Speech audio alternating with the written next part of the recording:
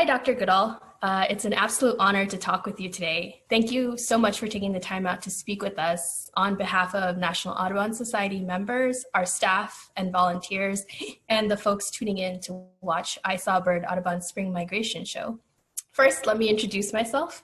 My name is Preeti Desai, and I'm the social media director here at Audubon. I'm a nature and wildlife lover, and of course, an absolute bird nerd. And I'm a huge fan of yours. I know a lot of people probably came across your name and your work when they were younger, but I don't think I'd heard of you until I was a little bit older, maybe in college or just after. The first book I read of yours was Reason for Hope, and its message really inspired me, and I'm sure many others like me, to want to go into the conservation field. Towards the end of that book, you wrote, "Each one of us matters, has a role to play, and makes a difference. Each one of us must take responsibility for our own lives, and above all, show respect and love for living things around us, especially each other." So the first question I want to ask you is, how are we all connected? To each other, to birds, to chimpanzees, to other wildlife? Well, you could answer that in different ways. I mean, we can go back to Darwin and the theory of evolution. We can go back and back into the mists of the past and think that there was one little cell and it began to grow and it began to change and it began to give rise to different organisms. And one of those ended up millions of years later being us, you and me. So we're connected as we're connected. We're part of the natural world. We depend on the natural world for clean air, clean water, regulating temperatures and rainfall and so on. And we rely on each other in the world today. We can't really make it on our own. I mean, we could, but it would be a rather strange life. Some people try it. But, you know, the main thing is we are part of the animal kingdom and not separated from it. And that's the key. And because we haven't understood these things, we've landed ourselves in this ridiculous pandemic that's been predicted. We knew it was going to happen, and nobody seemed to care. Yeah, and I mean, I think tying to that, for a long time, it was fashionable to say that we need to leave nature and the wild alone for it to recover. But today, people are finally recognizing the importance and value of involving people and local communities, you know, from the beginning when it comes to preserving and protecting nature. You've been working with local people around the world, but, you know, especially when I think of Lake Tanganyika, for years to improve economic outlooks and to preserve habitat for wildlife.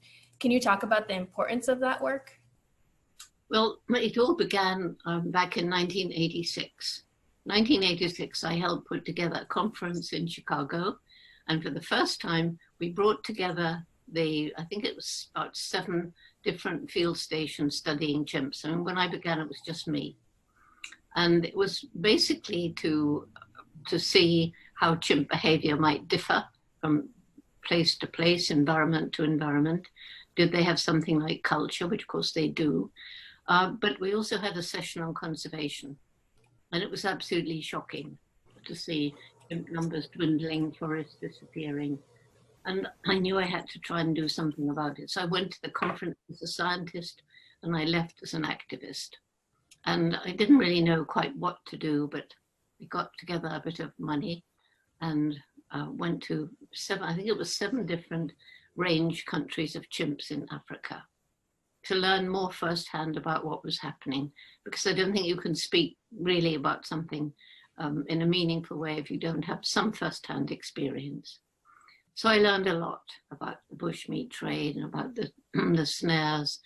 I learned about, you know, the risk of disease spreading from people to chimps, and the other way around, by the way. And the habitat destruction, the foreign timber companies and other extractive companies coming in, the human population growth. But I also learned at the same time about the plight that was affecting so many people in and around chimp habitat, the crippling poverty, the lack of good health and education. And it came to a head when I flew in a small plane over the Gombe area. And when I began, the little tiny Gombe National Park was part of a what we call the equatorial forest belt, stretching all the way from Western East Africa to the West African coast.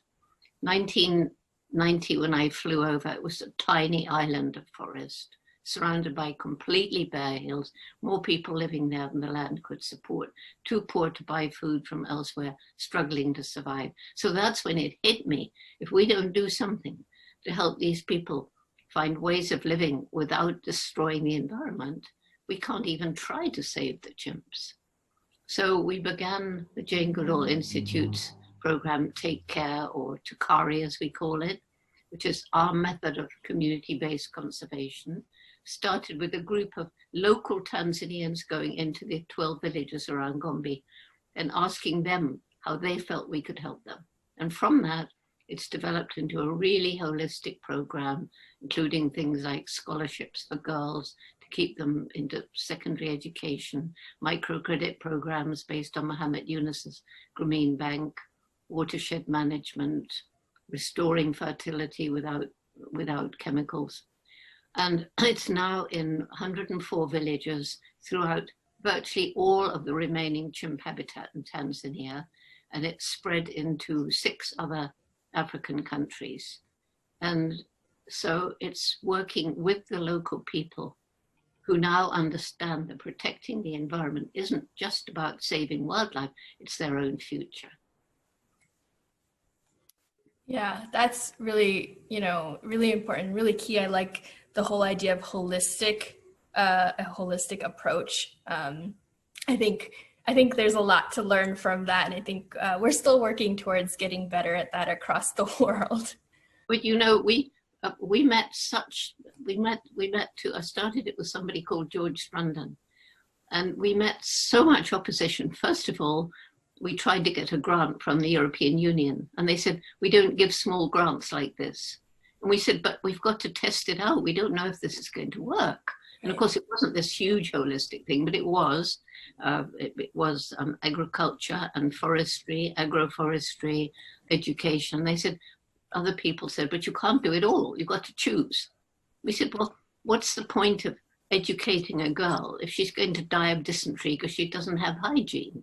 Right. You can't pick one thing, and there was nobody else doing it. So in the end, we got our little grant, and from there we slowly went out and out, and now we're scaling it up. We hope that it'll be useful for people who nothing to do with chimps, but across Africa, to alleviate poverty. Right. Save the environment at the same time. Mm-hmm. I think you've made a career of proving critics wrong. So speaking of young people, I think that one thing we can all agree on is that young people are the key to preserving and protecting our planet into the future. Here at Audubon, we recently started the Audubon Campus Chapter program to engage younger folks in our mission. You started the Roots and Shoots program after meeting with a group of high school students, I think in 1991, and that's since grown into a global movement. What role do you think young activists play in this climate, and how do you best equip them with the right tools to drive change? Well, our Roots and Shoots program is slightly different from, I think, all other youth programs, and that it's entirely bottom-up and it's youth-driven. So these 12 high school students, you mentioned them, that started it. I'd been around the different schools. It was Gombe's 30th anniversary. And something had happened. It was almost like lockdown. And anyway, it was a strange time in Tanzania. Anyway, these students came to talk to me, and they were worried about different things. They came from 8 different schools. So I sent them off to collect up friends who felt the same, worried about street children, about dynamiting, destroying the coral reefs, about poaching in the national parks, about cruel treatment of stray dogs. I mean, between them, they were concerned about so many different things. And they got their friends. We had a meeting of about 30. And from that meeting, Roots and Shoots was born with the main message, every individual makes a difference every day. We all have a role to play. And secondly, that each group, because I learned out in the rainforest about the interconnection of life. And so each group between them, they chose. We weren't going to dictate, but between them, they must choose a project to help people, a project to help animals, and a project to help the environment.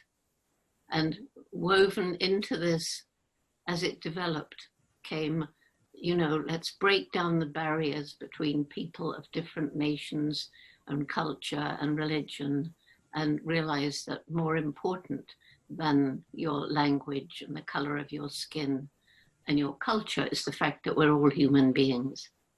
And so this Roots and Shoots program is now in 65 countries, growing quite fast.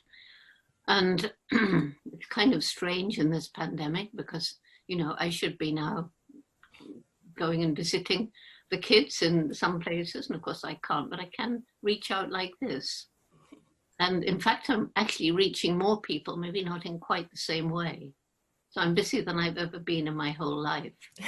But the point is that through this program, those young people who are really, dynamic and charismatic and determined and enthusiastic, they start standing out and they turn out to be leaders.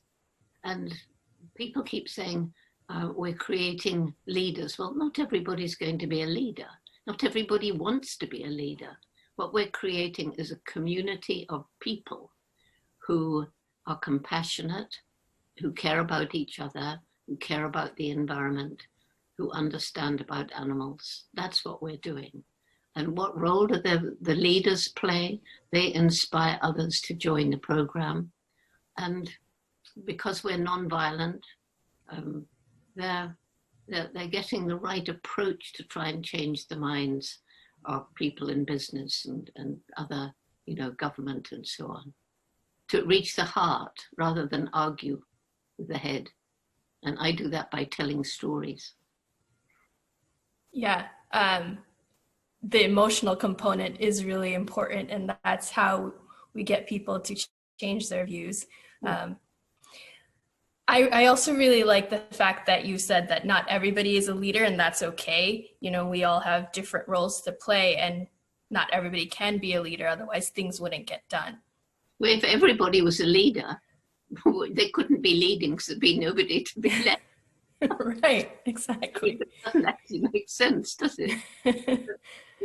Some people, I would have been stunned if you told me as a child that I'd become a leader, because I was so shy, so diffident. I never gave a speech at school. I could barely answer a question. And, there are some people who don't want to be leaders. It's not that they want to be led. It's not that they're lacking in compassion or anything else, but they just want to do their thing. Mm-hmm. It's not everybody, the quality, everybody's different. That's really wonderful. I agree. And actually that gives me hope, Dr. Goodall, because I also grew up very shy. So I still have time to change. I'm shy right now. When I was your age, I couldn't do what you're doing right now. That's for sure. Well, thank you. One thing I wanted to ask, and I think this is something that we get asked a lot, and you probably do too, but to build off of what you were just talking about, what advice would you give to young individuals who are interested in a career in conservation? Well, I was 10 years old when I decided, having read Dr. Dolittle and Tarzan, that I was going to go to Africa when I grew up, live with wild animals, and write books about them. Conservation didn't come into it then. The forest stretched across Africa, and there was no inroads into the Amazon, and jungles were all over Malaysia and Indonesia. So conservation wasn't an issue. Women weren't scientists in those days, at least not that kind of scientist. I wanted to write books. I've always loved writing. And everybody laughed at me. How would I get to Africa? It was very far away. We didn't have money, very little money. War was raging. World War II was raging at that time. And I was just a girl. Girls didn't do that sort of thing.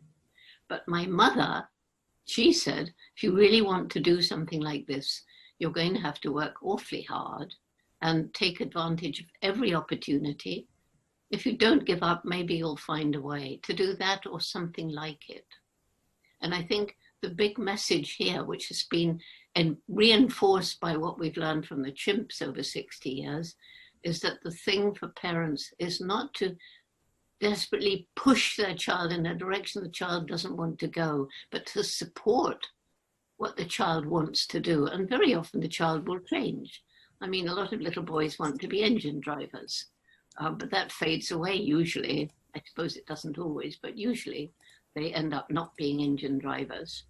But you know, my mother supported this passion for animals that I had, and that made all the difference. And we now know that chimp, after 60 years of observations, there are good and less good chimp mothers, and the ones who are affectionate and above all supportive, their offspring turn out by and large to be more assertive.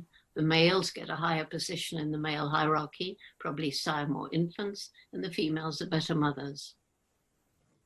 You talked a little bit about that in, I think, is it Through the Window, or I forget which book, but I think it was the family of Flo. Oh, yeah. Yeah.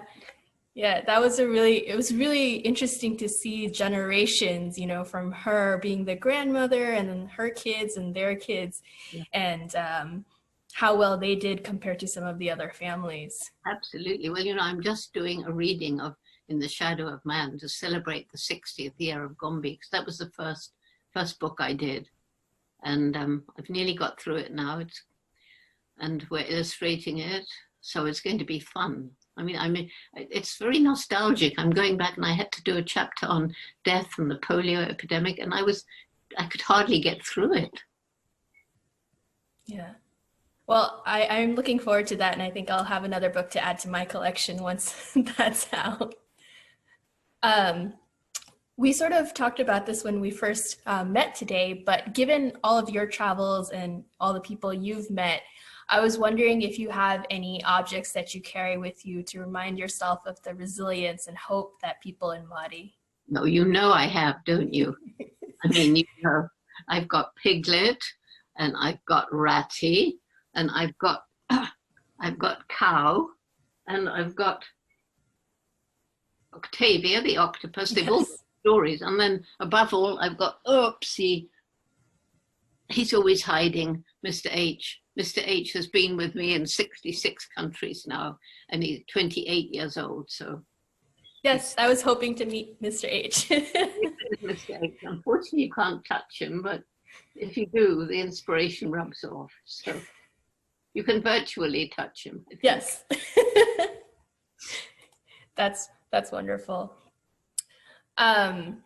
So, you know, we talked a little bit about people, and the same way that you can't divorce people from conservation efforts, animal intelligence and sentience is a big part of that equation too. Can you describe your working theory of animal sentience? Do you think people should adjust their assumptions about non-human intelligence, and how?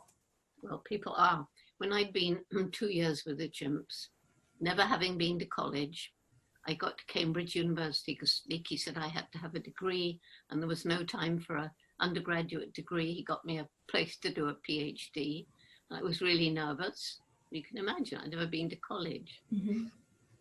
So imagine how I felt when so many professors told me I'd done everything wrong, and I shouldn't have given the chimps names. They should have had numbers. That was scientific. And I couldn't talk about their personality, minds capable of solving problems, and above all, emotions, happiness, sadness, fear, grief, and so on, because all of those were unique to us. Well, when I was a child, I had a wonderful teacher who taught me that was absolutely, totally not true. And there he is, Rusty, my dog. Yeah.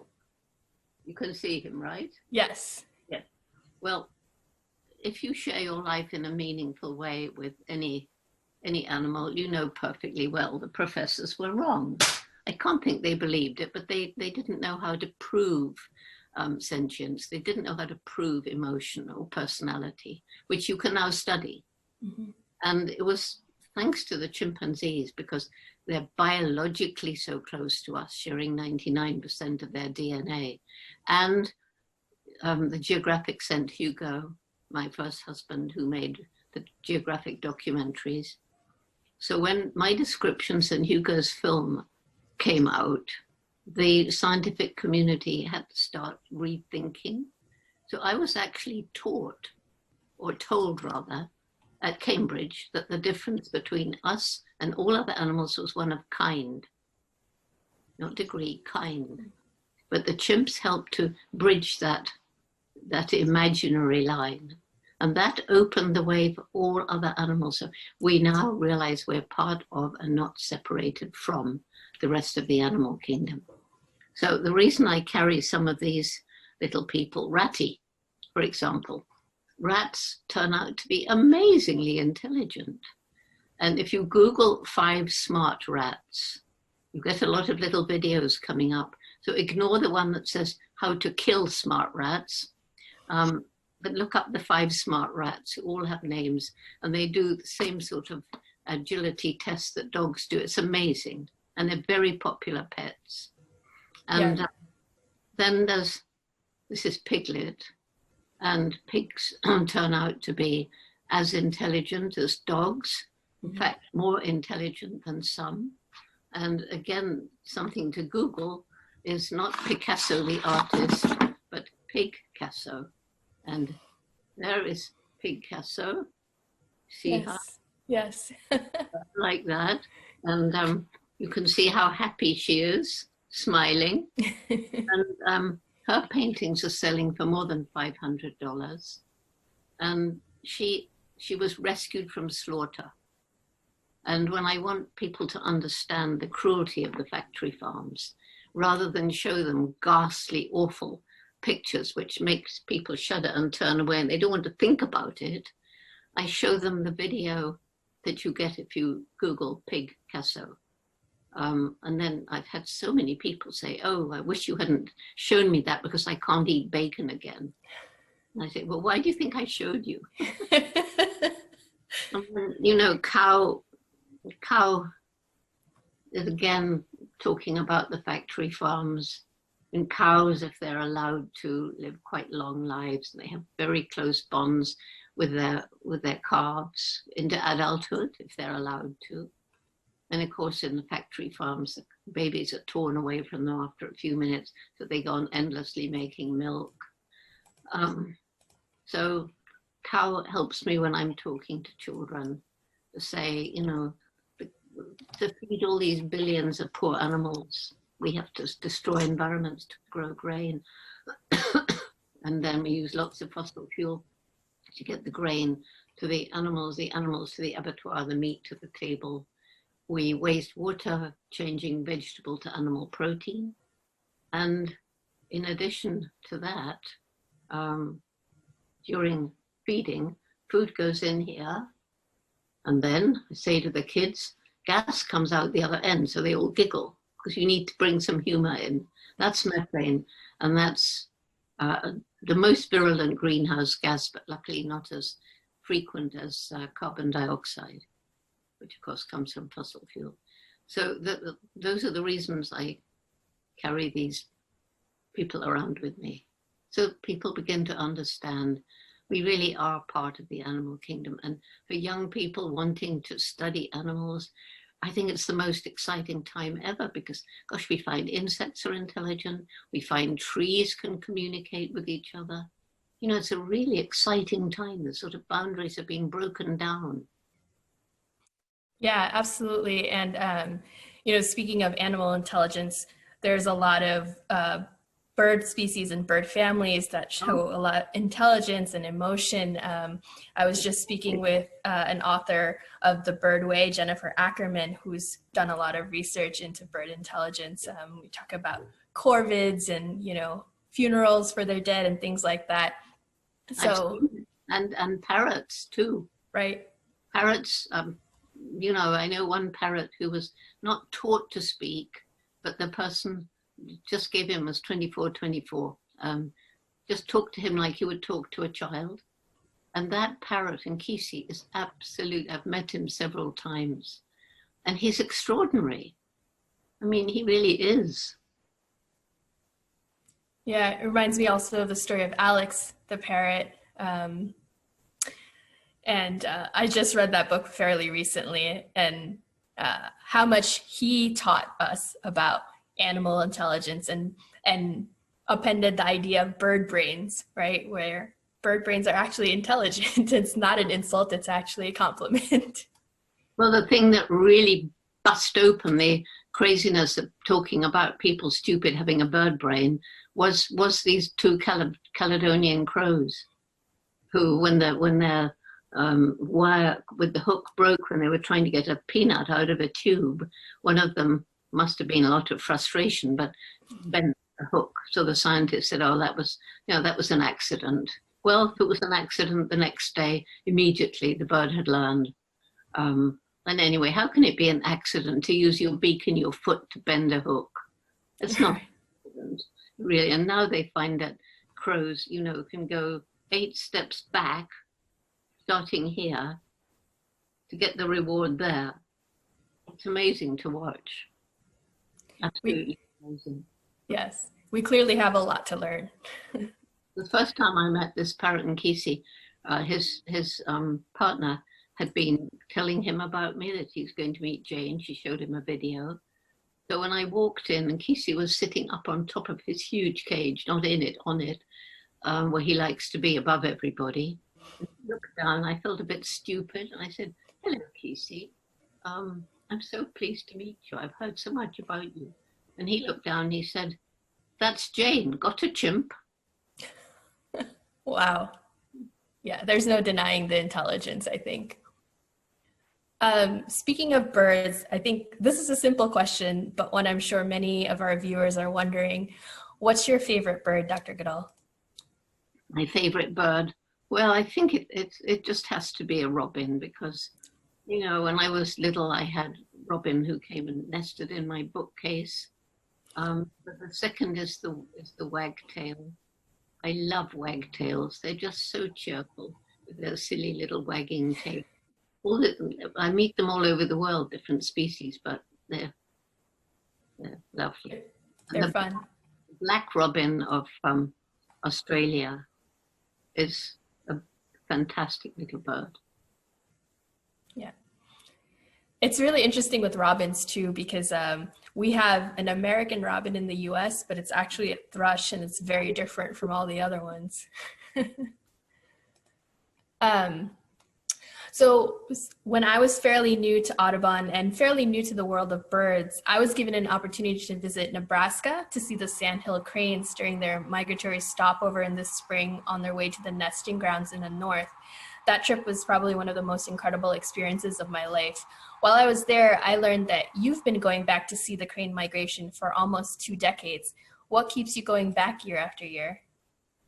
Because several reasons. One, just the feeling of the birds coming in wave after wave after wave after wave against the sunset sky. And it's incredible. But secondly, we've harmed the environment. We've got these center pivots draining water from the aquifer. The Platte River itself has shrunk. The birds are having to live off the leftover corn after the corn is harvested. The fields where they used to get food, the wild grasses have gone. And yet, with all the harm that we've done, they still come, hundreds and thousands of them. Cranes and the snow geese, the various kind of ducks. And it's just the resilience of nature. Yeah. This is one of my reasons of hope, the resilience of nature, which we're seeing in this pandemic. Animals reappearing where they haven't been seen, turtles coming onto beaches where they haven't been seen, all those things. Yeah. So that tells us that we still have time to make a difference. Yes, but we've got to take action. Mm-hmm. And the tragedy is this pandemic, one, we brought it on ourselves because of our disrespect of the environment and animals. And it's been predicted for a long time, and things like wildlife trafficking, hunting, killing, eating, and selling animals for food or for medicine in these wildlife meat markets in Asia and bushmeat in Africa, and our intensive farms too.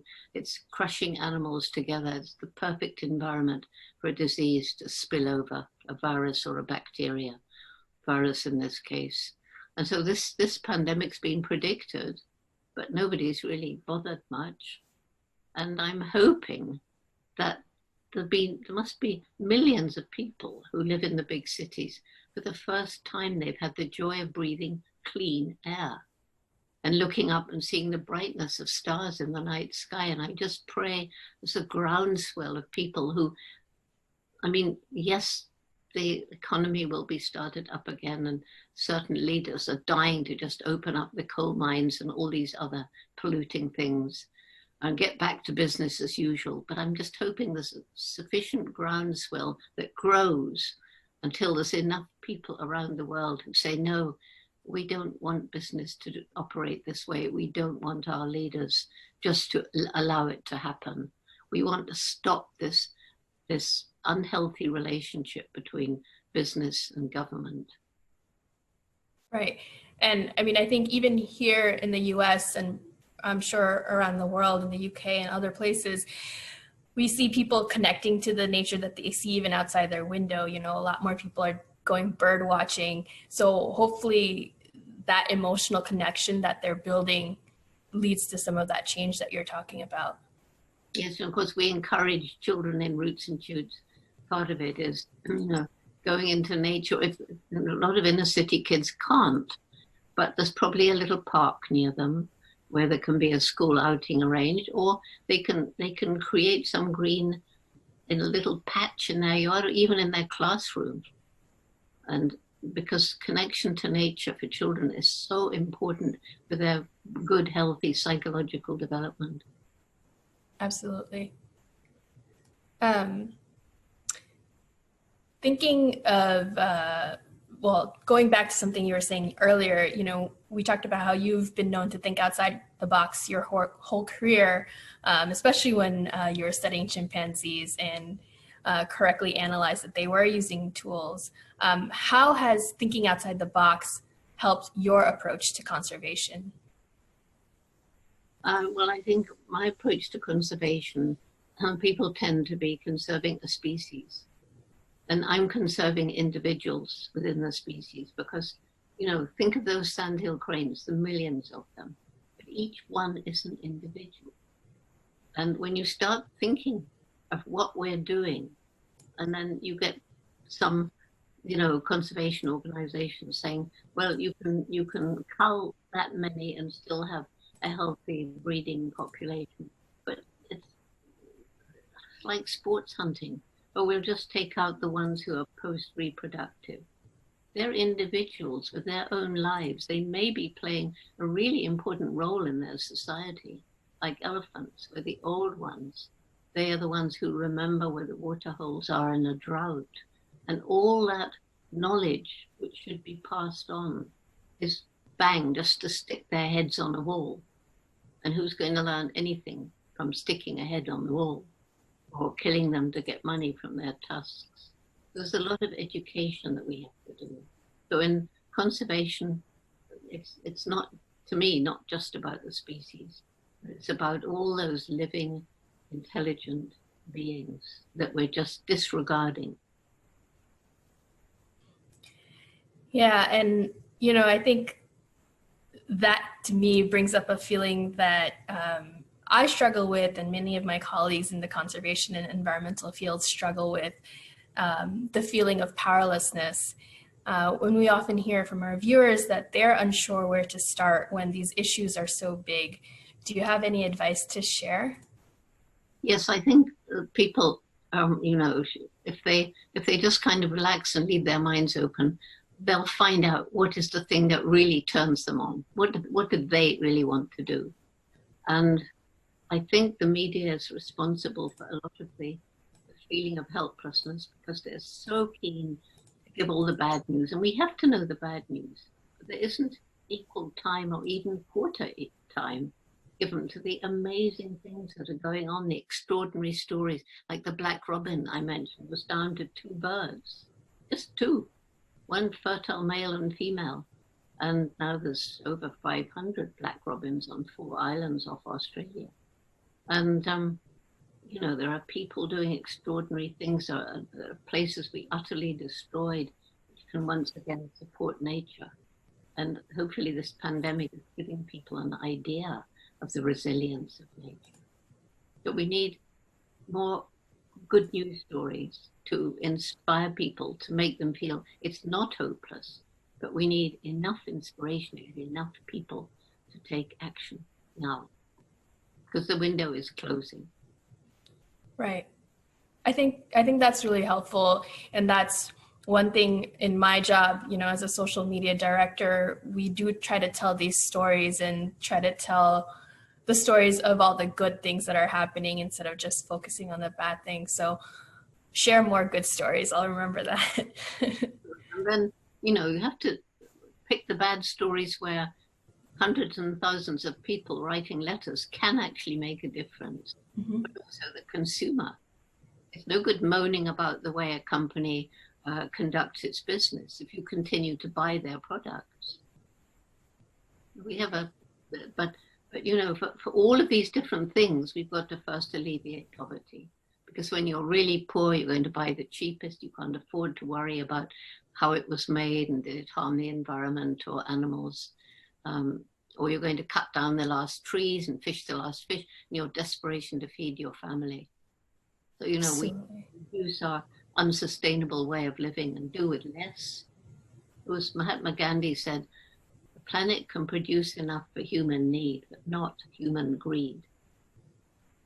There are many greedy people, and a lot of it is lack of understanding. I mean, I'm lucky I grew up in the war in England. Food was rationed. I did not take anything for granted. Food coupons, clothing coupons, petrol was almost unavailable. I mean, so you learned to live with much, much, much less. Yeah, I think you make a good point. I think being able to make those choices is a privilege. So we need to change the world so that more people are able to make those choices. When everybody's able to make an ethical choice and that they've got a sufficient education and understanding to know what's right and wrong, because some people don't, then we'll see change. I mean, to take animal trafficking. Yes, we can work at the level of tackling poaching, but until the demand is lessened, poaching will continue because it's very lucrative. Mm-hmm. So we have roots and shoots in all over China and growing in other Asian countries. So our work there is to educate people, because there are some Chinese I've met and they honestly thought that all ivory came from naturally dying elephants. And some people, and everybody laughs and says, ha ha, but some people thought elephants shed their tusks every year. And that may sound stupid to us because we know about elephant tusks. But if they've never seen an elephant and they know that deer shed those huge antlers sometimes, why wouldn't an elephant shed its tusks if you don't actually know what a tusk is? So education, so important. Sure. And I think when I was younger, I think we had a small ivory Taj Mahal at my house. And as I grew older, I realized, you know, where that must have come from. And my mom had no idea either, you know, and education is key, because when she realized, obviously she would make that purchase again, but she didn't know. I mean, people used to have prayer books and the covers were ivory, prayer books, covers dripping with blood. Elephants, so intelligent and wonderful. Dr. Goodall, you alluded to this earlier. It's an unprecedented time in the world right now. You and I are talking via video chat, which almost feels like normal 2 months in. So how are you continuing to get your message out during this time of social distancing? Well, I've never been as busy in my whole life. For my third interview today, I'm also recording all my, not all, I'm recording some, I'm reading on camera some of my books. This year is the 60th anniversary of Gombe National Park, when, well, 60th anniversary of when I first arrived in Gombe. So I'm reading In the Shadow of Man, and we're illustrating it. I've read books for children. I'm doing podcasts and interviews and Skypes and Zooms, massive emails, video messages to all the different JGIs, 25 of them around the world, video messages to Roots and Shoots. I mean, I've never, ever, ever been as busy. You talk about being so busy, you know, ever for the last, 20, 30 years. So it's funny that you could be even busier at this time, but I think that makes sense. I think we here at Audubon kind of are feeling the same thing. We have the opportunity right now to connect with so many people as we're all at home. So just trying to take advantage of the times that we're in right now. Yeah. So I think my last question today is, what's one message you'd want to give to our viewers today? I think, honestly, the most important message for any children who are listening is the message my mother gave me. If there's something you really want to do, work hard, take advantage of opportunity, and don't give up. And that you as an individual make a difference every day. And I think those, you know, basically, that Roots and Shoots main message, you make a difference every day. You get to choose what sort of difference that you make. And even those living in poverty, we have many, many Roots and Shoots groups among the very poor. They can, you know, they too can make a difference. Not the same sort of, they can't choose what to buy. Very often they don't even have money, but they can choose whether to be kind to an animal. They can choose how they interact with each other. So I think, you know, just remember that whatever you do, you're making a difference to something or someone every single day. That's, I would say that's key. I think that's a great way to end. That's a great piece of advice. Thank you so much, Dr. Goodall, for joining us today. This has been, you know, an honor. And I know that our viewers will really enjoy the messages that you've shared with us today. Well, thanks for inviting me. And it was a very special year, by the way, our 60th anniversary of when I arrived in Gombe. All our plans for, you know, big opportunity to raise funds and awareness. Well, but we're doing our... Yeah, well, you're finding new and innovative ways to do that, right? A virtual Jane. A virtual Jane can be in more places than a real life Jane. Right. Thanks. It's been good talking to you. The pleasure is all mine. Thank you so much. Bye. Bye. Take care. You too.